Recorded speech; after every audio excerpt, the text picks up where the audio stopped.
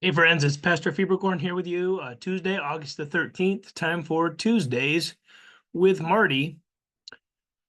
Actually came across this, saw this online at one time, and rather than retype it, I just kind of copied and pasted. This is a famous line Luther quotes from the 2003 Luther movie with Joseph Fiennes. I don't know how many of you have ever seen that, but it's fairly well done.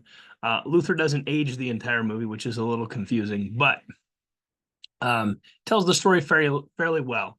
Now, there was a PBS documentary not too many years ago, I think around the time of the 500th anniversary of the Reformation, so probably 2017-ish, which I guess that's 7 years ago now. I don't know how that's true.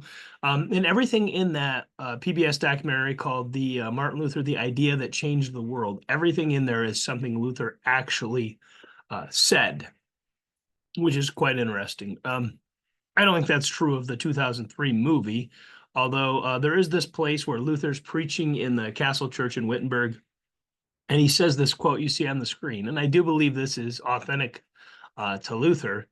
So there's this famous scene where he's kind of walking out amongst the people and preaching, and he says this. He says, "So when the devil throws your sins in your face and declares that you deserve death and hell, tell him this: I admit that I deserve death and hell. What of it? For I know of one who suffered and made satisfaction on my behalf. His name is Jesus Christ, Son of God, and where he is, there I shall be also."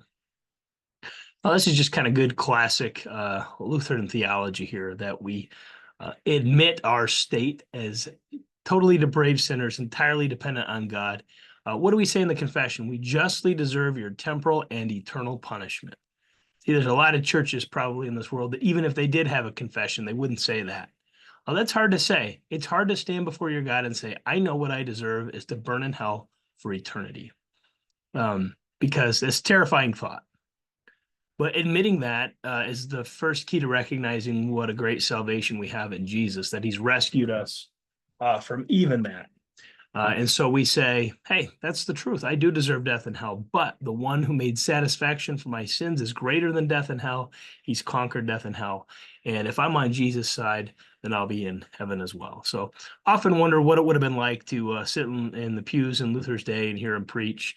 I wonder what his personality was. Was he fire and brimstone? Was he matter of fact? We'll never know, but we do have his words.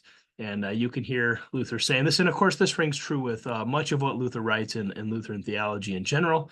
And so it's just a good way to start our week with Tuesdays with Marty. So God's continued peace to you and have a great rest of your week.